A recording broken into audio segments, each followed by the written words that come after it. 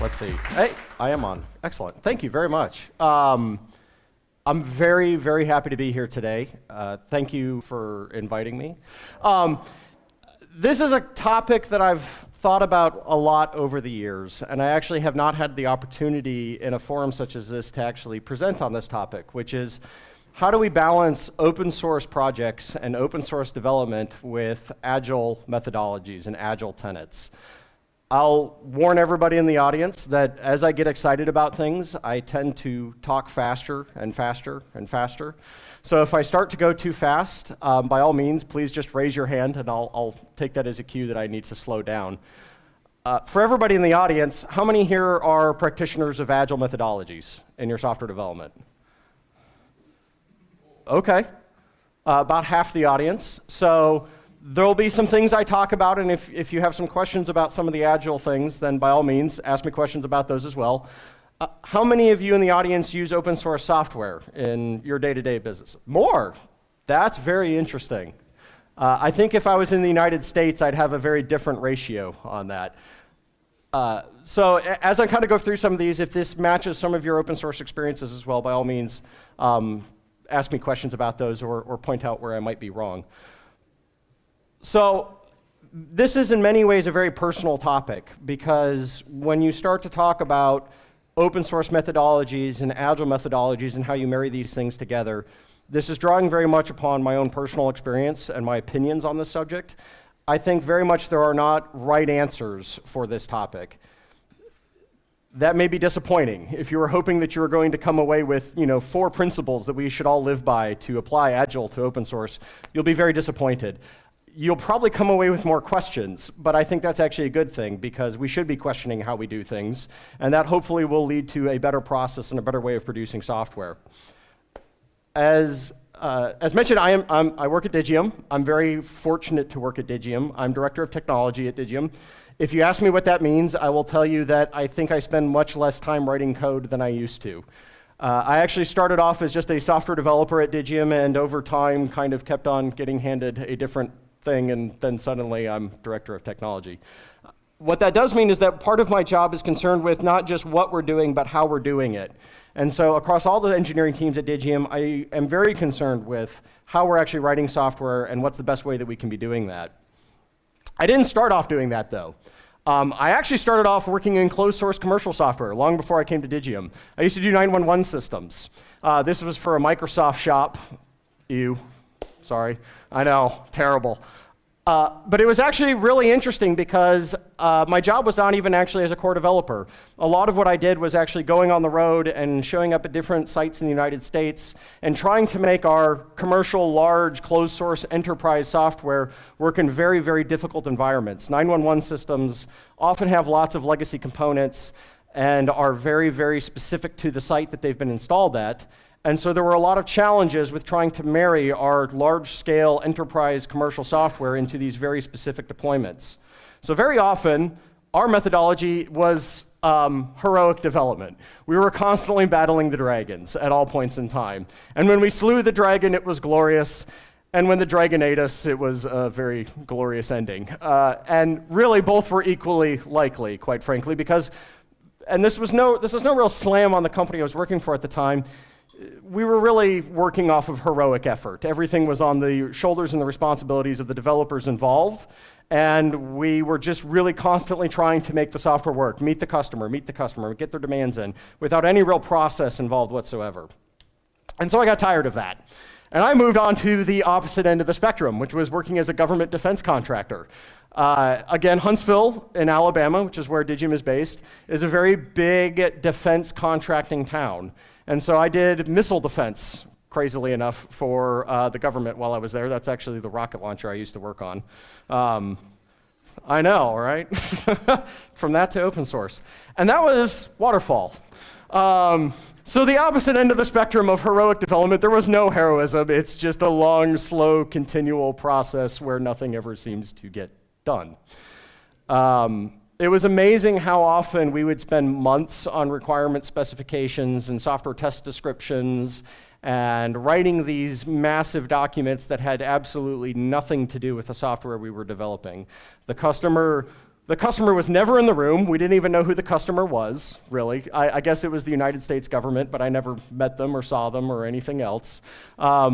Strangely enough, they don't even buy a missile launcher, by the way. They actually buy billable hours. That's how it all works. They buy your time slot for a particular time, and then they just hope that they get a missile launcher at the end of it. I'm not lying. That's actually how it works. Not surprisingly, I grew tired of that as well. Mostly because this kept happening. On every project I worked on, whether it was coding by heroic effort or coding by long, slow, painful process, the train was always off the tracks. We were not getting software into the customer's hands. We weren't getting things done. And so a couple of friends and I started actually just experimenting with agile methodologies. We'd read about it. We heard this was the right way to go do things. And so we started running some personal projects using agile methodologies, and we were astounded by how much better the software we were writing was. We actually started to write software that worked and ran and started to deliver things into customers' hands. And so when I grew tired of the government contracting game, I started looking at companies in Huntsville that did agile methodologies. This was one of my criteria for where I decided to go. And Digium was one of the few that did that. So that's actually the reason why I went to Digium. It had nothing to do with open source software, and even necessarily at the time it was, I want to work someplace that's doing it correctly. And that's where I ended up. Luckily enough, I also got to work on the open source project Asterisk. How many of you are familiar with Asterisk? Wow, that's awesome. So I won't go too much into that. It's an open source communications framework. You can build all sorts of really cool things out of it. The most common thing is probably a PBX, but that doesn't mean that you can't go make it do anything that you want with real-time media. Specifically, mostly audio, but hey, you can throw some video in there too. It's got a long history. Started in 1999 by a guy named Mark Spencer. He's still the CTO of Digium. There's been many contributors over the years. It has a very long history. It has a lot of changes that have been baked into the project. And as a result, we have to be very careful when we go change things. We have to be very careful that we don't break existing customers and existing users of the project. We also have to be very careful that we don't inadvertently do something that we can't predict because it is such a large project and has so many different moving pieces and parts in it. Digium is the primary maintainer and sponsor of the project, but we are by no means alone. We're just one particular role in the overall ecosystem that is the Asterisk community. And as a result, while Digium practices agile development, that doesn't necessarily mean the rest of the project does. And that's kind of the basis of this talk. Just some interesting statistics about Asterisk. It is primarily written in C, not C++, nothing fancy. It's, all those newfangled kids and their object-oriented paradigms and functional programming, no, we're C, and we like it. Void pointers, that's where it's at. It's about 722,000 source lines of code, so it's a lot of C code. It's a good chunk of it. Over the past 16 years, there's been 26,000 some odd commits. Every year, we still have about 100 unique contributors, of which only about less than 10 of those are from Digium. So despite being the primary maintainers and promoters of the project, we're only about 10% of the people who actually contribute to the project. We do make up probably a bit more of the commits. This past week or past month or so, we're actually down a bit. We're usually closer to the 75% mark, but we're down to 50%. I actually view that as a good thing. That means we've actually gotten more contributors. I personally believe that's because we just moved to Git off of Subversion, and so it's making it a lot easier for people to contribute. But we'll see. I haven't really announced that yet, so don't tell anyone, but it did happen, finally. And one of the big key takeaways from all that is that open source development is not team-based, it's community-based. And so there's many different sets of people who contribute to the project. In the middle, you have your core developers. These are people who are intimately familiar with the project. They're very familiar with the APIs, but that is not necessarily just Digium, by the way. I would put us in the core team since my daily activity is to go deal with Asterisk, but there are other people outside of Digium who also make up sort of that core development team who are very familiar with what's going on. Outside of that, you've got I don't have a better way of describing it, as just other developers. These are people who may come out of the blue with a few patches, they change some good things, and then they go away, and we never see them again. Maybe they fix a bug, maybe they have a small feature that they implement, and that's great, but they come and they go, and it's different from year to year as to when they come in and contribute and when they leave. Beyond that community, you have power users. These are people who are very active in the community, but are not developers. They're people, they may be building solutions on top of Asterisk, but they're not modifying the core code itself.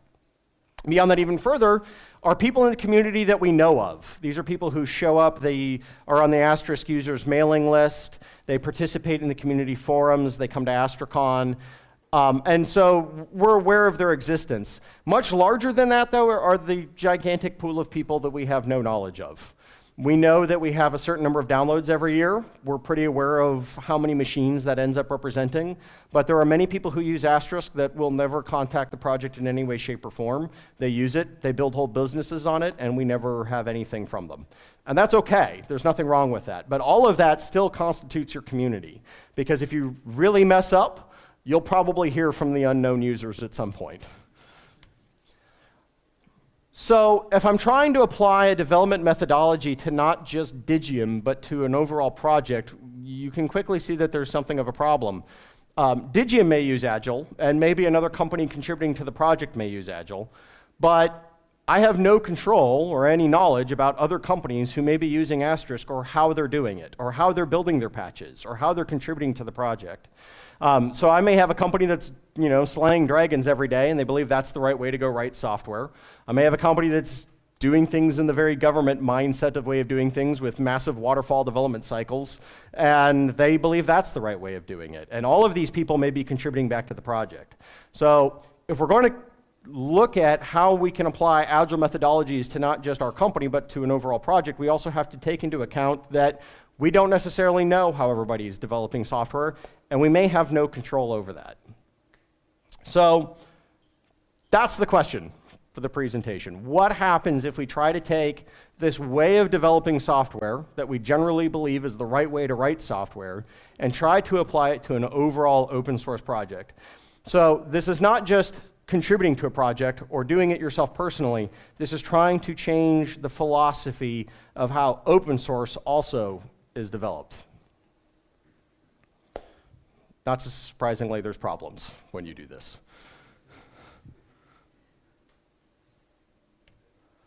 So, first of all, a hypothesis about some of these problems. They're not implementation dependent. So if you use Scrum, you might say, well, how do I involve everybody in my daily stand-up? That's an implementation problem, right? There may be ways of doing that, but that's really a way of doing Agile development, and that's not really necessarily specific to this problem. You may say that, how do I involve everybody in my sprint or my backlog? How do I expose my backlog and keep my backlog prioritization for all these different people? Those are important considerations if you ever try to apply a specific Agile methodology to open source software, but the issues, I believe, are more fundamental. It's not just how do we go do a particular version of Agile with open source on an open source project, but is Agile the right methodology for an open source project? Does it even make sense in this context? So if you can categorize the purpose of doing Agile development, it's to maximize productivity of a software team. How do we make sure that we're building the right thing, the right working software, delivering it to the right customers, and doing the most important things at all points in time? How are we the most productive team that we possibly can be? Open source development is not exactly the same thing. I actually have to, if you don't follow Terry Karaz on Twitter, you really should. He's a really, really brilliant guy. He's the director of engineering for OpenStack. And this is essentially how he characterized it, which is the purpose of open source development is to maximize contributions from the community. So it's not necessarily the exact same thing. Contributions are not exactly the same thing as productivity, and a community is not the same thing necessarily as a software team. There's obvious differences there. Not all contributions are created the same, and what people may feel are the right contributions to be giving back to a project is not necessarily what I may feel are the right contributions to be given back to a project. A community is a very different ethos than a software team. I don't have the ability to go to a member of the community and say, you need to work on improving SIP functionality. Exactly. That's the response I would get, too. All right, so when thinking about this problem, I like to kind of go back to where it all started, rather than look at Scrum or extreme programming or Kanban. The Agile Manifesto came about because a group of software developers were tired of not delivering software. They were tired of having failures. And I really like that notion because I think that's important for us to recognize that failure happens in our industry and we should try to minimize it. And they came up with 4 principles of Agile methodology. Individuals and interactions over processes and tools, working software over comprehensive documentation, customer collaboration over contract negotiation, responding change over following a plan. These are important things that regardless, we should all care about. So how do these apply to an open source project? And if they do apply to an open source project, maybe then we can draw some conclusions about how we can act in an agile fashion across an entire open source project. So, individuals and interactions over processes and tools. That seems to fit pretty well. Open source developers are nothing if not individualistic. We like to see our name in print. We like to see, I did something and now it's in the collective good and it's being used all over the place. We're very individualistic kinds of people. Unfortunately, we're very different individuals. There are enterprise companies contributing to open source projects that have a very different mindset about what that means, all the way down to single developer contractors that are contributing to open source projects. And so you have many different motivations and goals as to why people are contributing to open source projects. For some people, it's actually part of their job. I'm lucky enough to be one of those people, right? That I actually get paid to contribute and further the development of Asterisk. For others, they do it because it's a hobby. I deployed Asterisk on a Raspberry Pi, and it's my personal home office SMB, and wouldn't it be cool if it did this thing? And very different motivations and goals between those two individuals. And so if we're going to have wildly different individuals participating in this open source project, you have to find some way to provide a level playing field for all of those people. Somebody who's an enterprise developer is going to have a completely different mindset and a completely different set of tools available to them than somebody who is a contractor or somebody who is a hobbyist who's participating in an open source project. Okay, so what about working software over comprehensive documentation? Open source is not a homogeneous environment.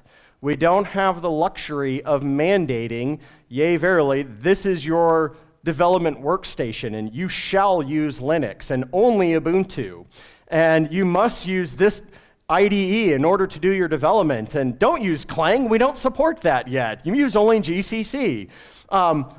We don't control any of that, and so there's no way we can say that we can't write anything down about how to go deploy or use the software.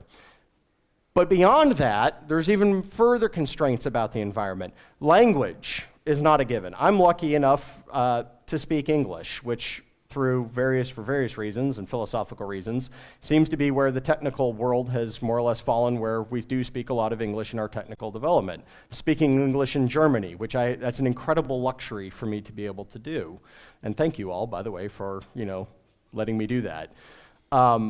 Somebody who lives in another country, they have barriers to participating in an open source project that I don't have to have, and that's not fair, quite frankly. There are differences in terms of ability.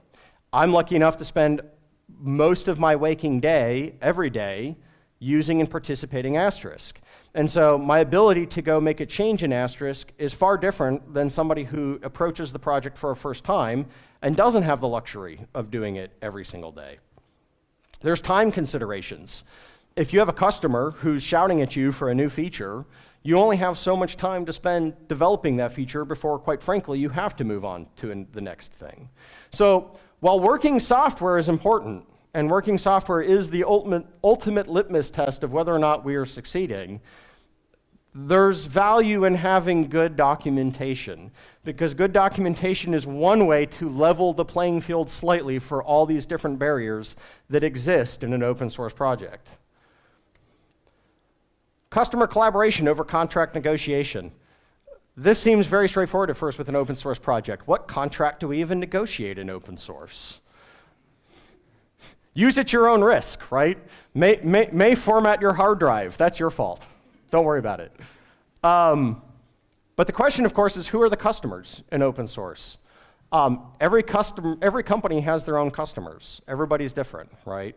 So Digium, quite frankly, focuses on small to medium-sized businesses. That's our typical customer base. That is not the typical customer base of everybody using Asterisk. Some focus on the enterprise. Some focus on very, very small businesses that we don't focus on. Every one of those different customers has a particular different need that drives the people who are participating in the project. What's more, you can view all the participants of the project as a type of customer.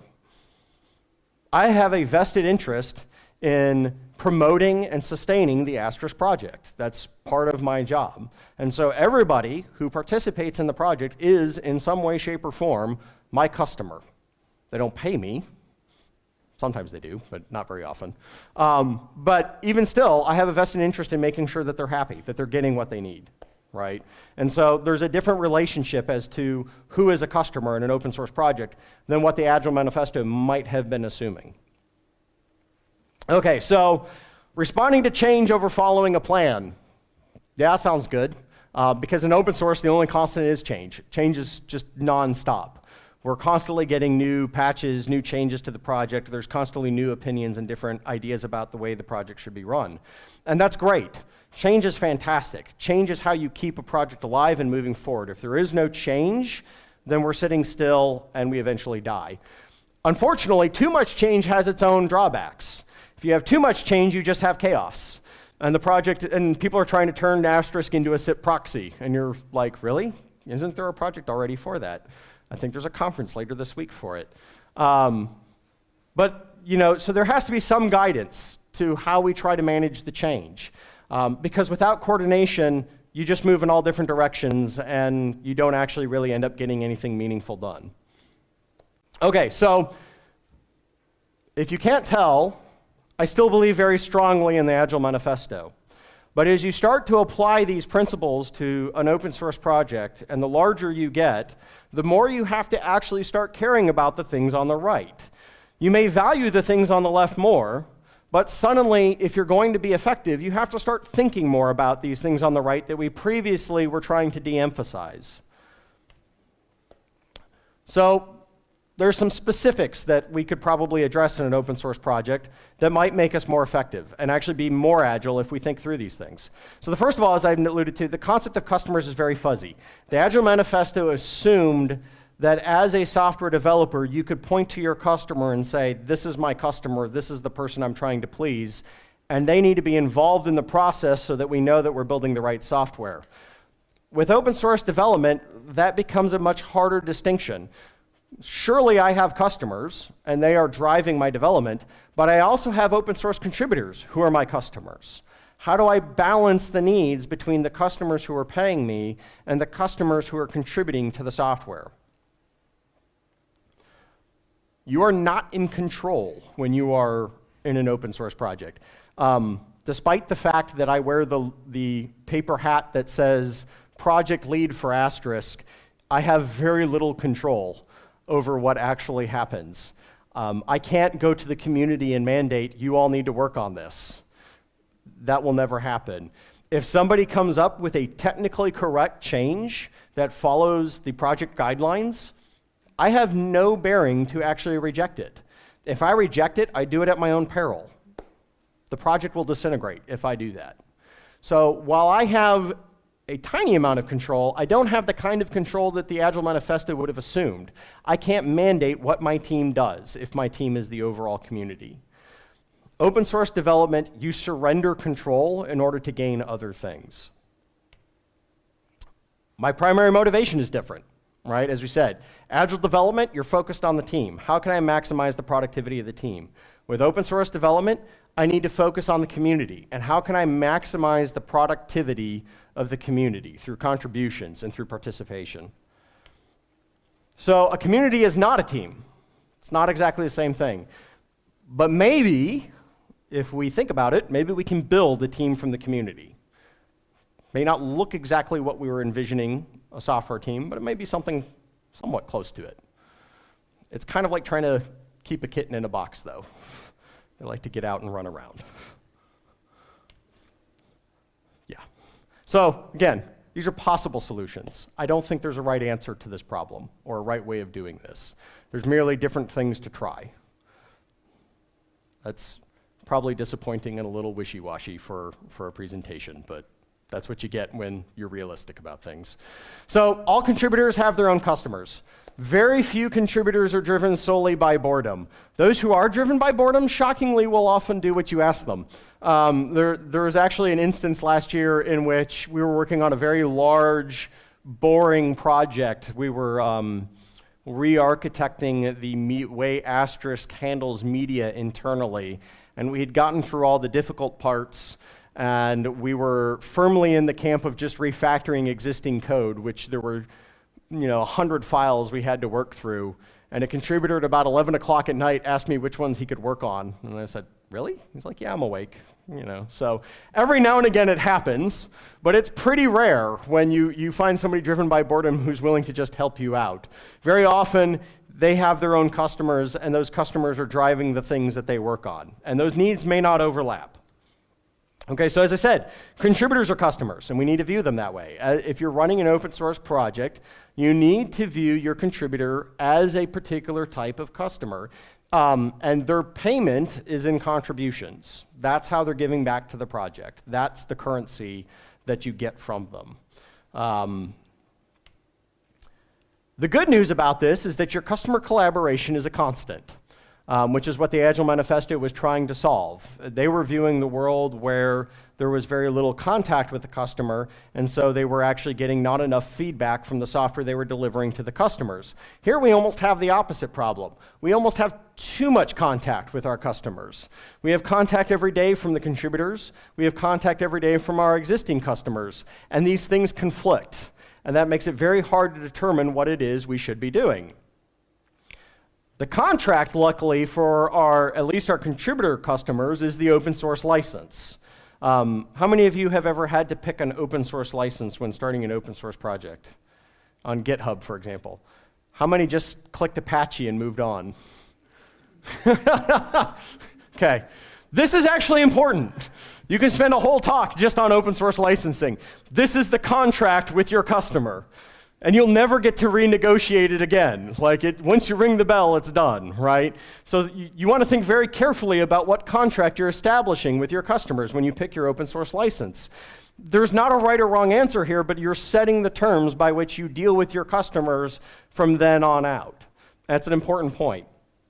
Okay, so one of the things you can try to do to try to balance both your paying customers and your contributor customers is to keep your contributors happy. Two things I've found to try that make most contributors happy, at least. Not everybody, nobody's ever happy, but these are two important things to do. The first is to be consistent with the rules. And this is actually surprisingly hard when you find yourself in control of a project. That means that if you have code reviews, then your code also has to be reviewed. That means that you don't have exceptions for yourself or for other people who might work for your company. And everybody plays by the same rules for the project. Providing an element of fairness is one way that makes everybody feel like they're all part of the same community and therefore the same team. The other is to give ownership away as much as possible. Despite, Asterisk does follow the sort of benevolent dictatorship model of open source development. OpenStack has done some very interesting things with going with a very democratic model of open source leadership that would actually be very interesting to apply to Asterisk. But the more you can give power back to the members of your community, the more your contributors feel empowered, and the more they feel like they belong to something that's larger than just a random contributor to this project and then walk away. If somebody's interested in doing something, give them power to be able to go do it. At the same time, keep your paying customers happy. Don't forget them. Because if you can't eat, then none of it really matters anymore. You have to actually deliver working software to your paying customers. The good news is if you can eat, hopefully others will be able to as well. And this is an important point to remind people of sometimes. You know, if you're off working on some feature that your customer needs and the community doesn't think important, sometimes it's okay to say, we got paid for it, everybody, and there's and look, this will let us do other things. We can continue to do this other work that you also feel is important. Usually most people are pretty reasonable about that, as long as you explain why you're doing something. But inevitably, conflicts are going to occur. It's good, and the only really clear way to handle this is just to be honest about the conflict. Be honest about your motivations for doing something. Don't hide things from your community. And work from the assumption that most people in your community are reasonable individuals who, when presented with facts, even if they disagree with you, will be reasonable in that disagreement. If you assume people are good, generally most people will tend to be good, which is quite nice. I will say, by the way, if you're talking about specific implementation issues, the role of product owner in an open source project is a very confusing role. Because a product owner not only has to represent the customer that's paying you, but should hopefully also be representing the wills and wishes of the community of the project as a whole. And that's a very dual hat to play. So finding a good product owner for this type of thing is very challenging. Do remember that all the contributors have their own customers that may not reflect your needs. How did we get there? We already had that slide. Okay, moving on. Okay, so talked a little bit about control, right? That the Agile Manifesto assumes that you control your software team and that you can tell them what you can do. And when we're talking about control with respect to software development, that's kind of what you're talking about, is that more or less, hopefully, the people who are working on the project are doing what you ask them to do and what you hope to, right? In open source, there is no explicit control. I can't ask anybody to do anything because there was no money exchanged, most likely. There's no contracts beyond the open source license, and at any time, anyone may think that I suck and go fork the project and take it on themselves. And that's a very real possibility. Anybody at any point in time can decide that they want to go maintain Asterisk and take it in a completely different direction, fork it, and go found themselves and go run off in their own direction. That's a great thing. That's a very important thing, because that element of a threat, and I use that term loosely because I actually don't think forking is bad, is what creates an element of control that works in both directions. The fact that there are mutually agreed upon benefits for myself running the project and promoting the project, and for contributors contributing back to the project, is what allows control to be exerted on both sides. If I get out of line and I do bad things, somebody can fork the project and take it away from me and go found their own project. If I do good things, then there are benefits to people contributing back to the project. And so hopefully, I can also convince them that there might be things that would be in their best interest to go work on, that this is the direction the project should move in, and they agree, and we all collectively move in that direction. So, one of the reasons why this actually works pretty well is because most open source projects are not solving trivial problems. If they were, then people would just do them and not worry about making them an open source project and sharing in the rewards of them. Most open source projects are solving hard problems, which means that even if we're working on different things sometimes, there's a high likelihood that there's an element of overlap between the things that we're doing.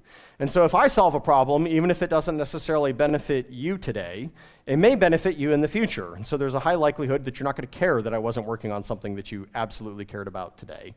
And that overlap is actually really good when it does overlap. Kind of already mentioned that. The good news is, too, with open source software, is that the problems we're solving are hard, and that's what developers like to do. Generally, developers like to work on hard problems. Not many people are motivated by going through and updating the source documentation. That's, if you are, by the way, please talk to me afterwards. There's a whole lot of source documentation that needs updating in Asterisk. By all means, please. The fact that open source software tries to solve hard problems is good because it attracts like-minded individuals. We like to solve hard problems, which means that if I can present you with a hard problem that needs solving, there's a chance at least that you'll be interested in solving it. And so the more there are hard problems to go solve, the more likely it is that we can all move collectively in the same direction. How do we do this, though? How do we try to move a community in the same direction? And it really boils down to having transparency and communication. This is a hard one. It is, and it's constantly something that even we at Digium struggle with, despite the fact that we've been doing open source software since 1999 and been promoting Asterisk the entire time. Everything that can be open must be open. If there's a way to open up what you're doing, you should try to do it. Because transparency is how you build a team out of a community. When somebody sees one person pushing on a train car, they may help and push. And then another person helps and push. And slowly but surely, that train car starts to move. If you don't tell anybody that you're pushing on a train car, nobody's going to come help you, ever. It is amazing to watch that when you open up your communication, when you open up what it is you're doing, the number of people who are willing to come participate and make a difference in the project. But to do that, you have to do everything open. That means all of your requirements, all of your design, all of your planning, all of the discussions. You need to have wiki pages for all the things that you're talking about. You have to discuss things. And by the way, this slows everything down immensely, right? Because I can't just walk into your office and say, hey, we should do this. You can't do that. Because me having an office conversation is not on a mailing list that everybody can go read. If I do that, I really need to go back to my office and type up the discussion and send it out to the mailing list so that people know that we had this discussion and that we need to go do this thing. So unlike what happened, a lot of people view open source as, look, the source code is available. I'm open. That's great. That's necessary. That's not sufficient. If you're really going to build a true team out of your community, you have to be transparent in everything that you do. Everything that you can do needs to be transparent as much as humanly possible. Because transparency is what builds teams out of these loose groups. Communication. And this is where we divert completely from Agile recommendations. One of the principles in Agile development is that face-to-face communication is the best communication possible. And people have taken that to breaking down cubicle walls and getting rid of individual offices and putting everybody in pods and, all to engender this face-to-face communication. And that is death in an open source project. Because if your team that is working on open source software is communicating constantly face-to-face, you are ignoring the entire open source community. And all of that benefit that you get from that face-to-face communication is not being shared by the rest of the community. And so you can't build a team out of that community. You can only have what your current software team is able to provide. What's more, open source software requires a lot more communication than normal software development. You have to constantly be talking about everything. And you need to put as much of that into written communication as possible. IRC and chat, if nothing else. Like, at least get it out there where somebody can go read it when they wake up in the morning and see what was talked about. Email, for sure, if you can. Best is permanent documentation of some form so that other people can go read and see what happened. But as much as possible, you need to get it written down and put into some form of communication that other people can go read and participate in later if they so choose. Real-time communication still happens because there are times when things are so confusing that you cannot convey what you're trying to do in written communication, and real-time communication is the only mechanism to get things done. And so I don't want to say that there isn't a place for it in an open source project, but it should always be the last resort at all times. To that extent, though, even Asterisk as a project has a dedicated forum for real-time communication, which is really the Asterisk Developer Conference that we have every year at AstriCon. And that's where, because these are such large issues where we discuss what is the direction of the project, how should we be moving, what are the big goals the project should have, it really is something that has to be talked about in person because it's too difficult and it would be too time-consuming to do all of it in email. Even still, we always take the notes from that meeting, put them on a wiki page, and post them, and then sound out an email to the developer list telling everybody these are the things discussed. We also try to live broadcast the event now so that people can actually just listen to it when we're having it if they can't make the trip. We try to do and it's funny because we're a real-time communication project, which is the best part of this. But it really is the last resort for what we're trying to do when we're trying to do things. All right, so some large sort of random recommendations of things, but what can we learn from all of these things? Typical Agile practices assume a very different environment than an open source project. You have a well-defined customer, you have a well-defined team. And those things are not true in an open source project. You can't take those things for granted. So if you're going to adapt an Agile practice to an overall project and try to make a team out of your community, you have to address those differences. You have to address the fact that you're going to have different customers, and you have to balance between those two customers. This is really a very difficult goal for the product owner, to understand and represent both customers at the same time while detracting from neither. You have to adapt to having more written communication because that communication is what builds a team from your community. Last but not least, this is an important point. A lot of Agile development is about dealing with people, right? It's about dealing with customers. It's about dealing with the fact that we are not perfect, that we make mistakes, and we have to constantly review what it is we're doing. That we cannot predict before we start a development cycle everything that's going to happen. And so Agile was a response to the fact that we're human beings producing software as a team. Open source just adds a lot more people to the mix. And that's why it's harder, because it's more people and less control. But that's okay, because you really can get a lot out of that process. That's one of the dev cons. So there's a lot more people in the picture than just my team. Thank you.